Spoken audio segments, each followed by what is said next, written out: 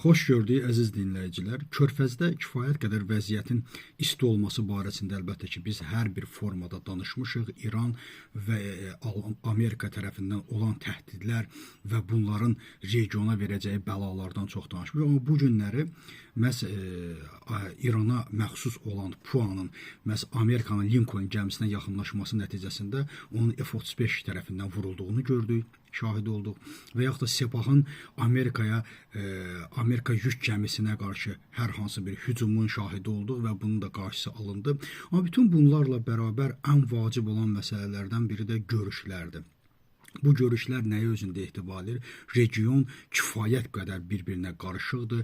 Türkiyə əməkdaşlığı öz boynuna götürüb İranla məhz Amerikanı barışdırmaq, nədəsə danışdırmaq, nədəsə razılaşmaq barəsindəki bütün demək olar ki, belə deyək, Türkiyədə və Türkiyə regionun kifayət qədər güclü ölkəsidir. Amma bu günləri bəlli oldu ki, İran nədənsə bu görüşü Türkiyədə yox, İordaniyada keçirilməsini istəyib. Yəni bu da nədən irəli gəlir? Yenə də yəqin ki, o İranın o fars niyyətli rəhbərləri, fars niyyətli o hökuməti yenə də nədənsə İordaniyanın nəzərdə tutulub. Amma bununla bərabər həm də biz regionda vacib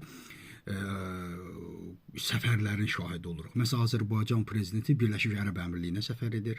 Azərbaycan naziri İsrailə səfər edir. İsraildə süni intellekt memorandumu imzalanır.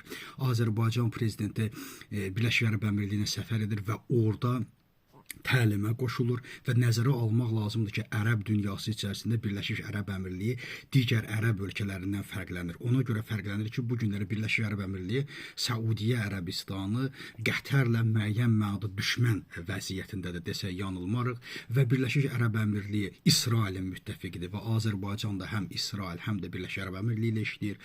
Türkiyənin biz prezidentinin Səudiyyə Ərəbistanına səfərini görürük. Hər bir mənada kölgə bir ittifaqı da var aralarında. Səudiyyə Ərəbistanı, Pakistan və Türkiyə.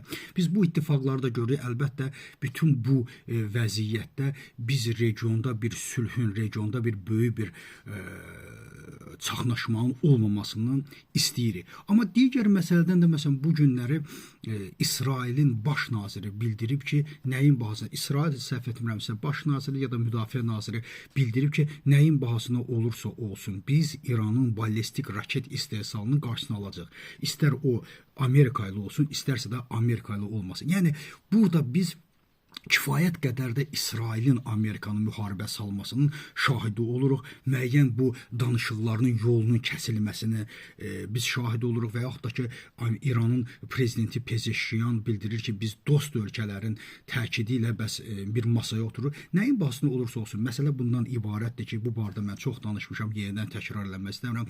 Amerika əraziyə gəlibsə nəsə almalıdır. Çünki bu Trumpın özünə lazımdır. Bu Trumpın özünə lazımdır, amma Trump onu da bilir ki, ərazidə nəyin bahasına olursa sürətli bir, əgər hücum olacaqsa sürətli bir hücum olmalıdır və qələbə qazanılmalıdır. Əgər qələbə qazanılmasa, bu Trumpa ağır bir zərbə olacaq. Niyə görə? Çünki Trumpın daxildə vəziyyəti pisdir. Əslində, Trump öz daxildə olan reputasiyasını qaldırmaq üçün İrana hər hansı bir zərbənin şahidi olmalıyıq. Və bütün bunlarla bərabər mənim deyə biləcəyim məqam ondan ibarət ki, bu müharibə, bu zərbə, əlbəttə, əgər İran ki, lazım olan məsələlərdən, yəni nüvənin zənginləşdirilməsi olsun, ballistik raketlərdən imtina olsun, bütün bunlardan imtina etməsə, böyük ehtimalla zərbə olacaq və inanıram ki, İran bundan imtina da etməyəcək. Necə imtina edə bilər?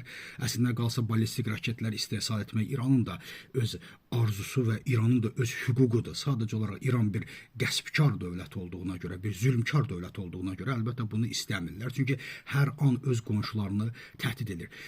Üçüncü ən vacib məqam biz nə istəyirik və bizə nə lazım? Əlbəttə ki, Azərbaycan regionda olan o müttəfiqlərinin sayını artırmaqla İran məsələsində ciddi fəaliyyət göstərir. Türkiyə tamamilə ciddi bir fəaliyyət göstərir.